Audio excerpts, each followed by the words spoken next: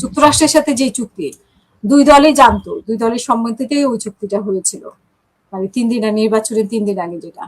তো সেটাতেও কি কি আছে সেটা তো আমরা বিভিন্ন ভাবে সোর্স থেকে জানতে পারি যে ওই চুক্তির মধ্যে কি কি আছে। তো ওই চুক্তি অনুযায়ী অনেকে বলে যে বাংলাদেশে অনেক কিছু করতে পারবে না, অনেকের সাথে চুক্তি করতে পারবে না, সবকিছুই যুক্তরাষ্ট্রের হাতে বাধা, এরকম কি বিষয়টা?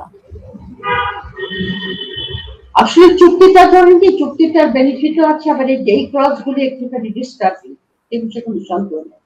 কিন্তু এক্স্যাক্টলি আমরা এই যে আপনার চীনের সঙ্গে চুক্তি করে প্লেন কিনব, হ্যাঁ, অথবা আপনার চীনের সঙ্গে চুক্তি করে আপনার ইনভেস্টমেন্ট নিয়ে আসতেছে, অথবা ট্রেড নিয়ে, এসব ব্যাপারে কি আমেরিকার কাছ থেকে পারমিশন নিয়ে গেছে? আমার তো মনে হয় না। না। এখন এখন এই এই চুক্তিটা আমি এটা পড়ে দেখেছি, এটার মধ্যে কিছু বেনিফিটও আছে, আবার কিছু কিছু কনস্ট্রিকশনের কথা আছে। অনেক সময় অনেক দেশ এমন একটা চুক্তি করে যে আমার যদি এটা বেনিফিশিয়াল হয়, তাহলে আমি হয়তো কিছুটা আপনার ছাড় দেবো আর কি। সেরকম একটা ব্যাপার আছে বলে আমার মনে হয়। ধরেন আমাদের এখানে যে জ্বালানির চুক্তিটা হয়েছে আর কি, আমেরিকা এখানে আপনার আনইন্টারাপ্টেড এই চুক্তি অনুযায়ী আমাদেরকে সাপ্লাই দেবে, এবং কুয়েত থেকে যে আমরা যেটা আনতাম তার চেয়ে কম দামে দেবে। তারপর আপনার সয়াবিন যেটা আনতে চাই, সয়াবিন কিন্তু আমাদের গবাদি পশুর খাদ্য, যেটা আমরা ইন্ডিয়া থেকে আনতাম, এবং ইন্ডিয়া প্রায় কিন্তু এটা বন্ধ করে দিল। যেটা আমাদের অনেক সময় যখন আপনার কোনো সময় একটা টেনশন হতো দুটা দেশের ভিতরে, তখন এই সয়াবিন বন্ধ হয়ে যেত, পেঁয়াজ বন্ধ হয়ে যেত, আর এখানে হাহাকার করে যেত। সেদিক থেকে দেখেন ইন্ডিয়া তো আপনার আমাদের আর একটা, সেদিন একটা টকশোতে গেছিলাম, সেখানে ওই যে দুটা চুক্তির কথা এখন আবার যে কসমিয়া এন্ড আকসা, এটা তো ওই যে জুলকারনার শায়ার জার্নালিস্ট একজন আছে না, আল জাজিরা, উনি তো একদম উনি তো একদম ছবি ছবি দিয়ে দিয়েছে Chittagong port is now open for American warship, military অ্যালায়েন্সের ওয়ারশিপ। এটা হলো আপনার সাপোর্ট লজিস্টিক এর জন্য আপনার একটা চুক্তি, ইন্টেলিজেন্স শেয়ারিং এর একটা চুক্তি। এটার মধ্যে কোনো সিকিউরিটি রিলেটেড কোনো চুক্তি এটা না, বসনিয়াও না, আকসাও না।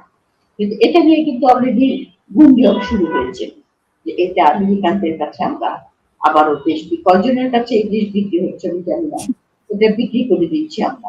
আসল কথা কি জানেন, একটা বাংলাদেশ তো সত্যি সত্যি অনেক জায়গায় নমনীয় আপনার ফরেন পলিসি ভালোবেসে, সেটা আমি ডিসপিউট করছি না, কিন্তু আমার কথা কি এটি ওপেনলি ডিসকাস হওয়া দরকার।